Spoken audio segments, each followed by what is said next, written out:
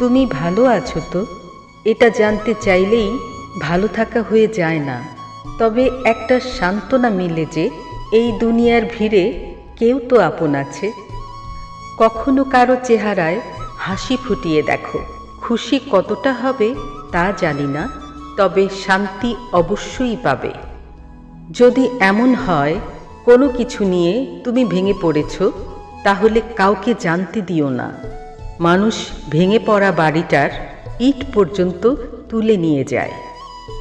কেউ হয়তো তোমার হাত থেকে কোনো জিনিস ছিনিয়ে নিতে পারবে, কিন্তু তোমার নসিব থেকে কখনোই পারবে না। মোহব্বত স্পেশাল কারোর সাথে হয় না, যার সাথে মোহব্বত হয় সেই স্পেশাল হয়ে যায়। দোয়া কত সস্তা হয় তা আজ আমি জানলাম, যখন একজন গরিব বয়স্ক মানুষ লক্ষ কোটির দোয়া 2 টাকায় দিয়ে গেল।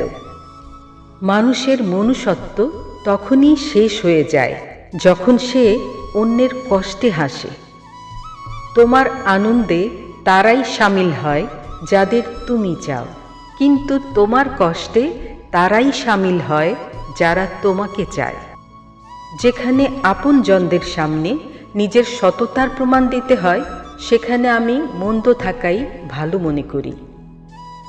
সমালোচনা তারাই করে যাদের ভালো কাজ করার ক্ষমতা নেই এবং অন্যের ভালো যারা দেখতে পারে না। যদি তুমি আঘাতের পর আঘাত পেয়েও ভেঙে না পড়ো, তাহলে বুঝে নিও কারো দোয়া তোমাকে সামলে রেখেছে। মানুষ ওই সব জিনিসে কম অসুস্থ হয় যেগুলো সে খায়, আর ওই সব জিনিসে বেশি অসুস্থ হয় যেগুলো তাকে কুরে কুরে খায়। পরিচয় দ্বারা পাওয়া কাজ কিছু সময়ের জন্যই থাকে, কিন্তু কাজ থেকে প্রাপ্ত পরিচয় সারা জীবন থাকে। সব কিছুর দাম দিন দিন বেড়েই চলেছে, শুধু কমেছে 2টো জিনিসের দাম। 1 বিশ্বাস, 2 ভালোবাসা।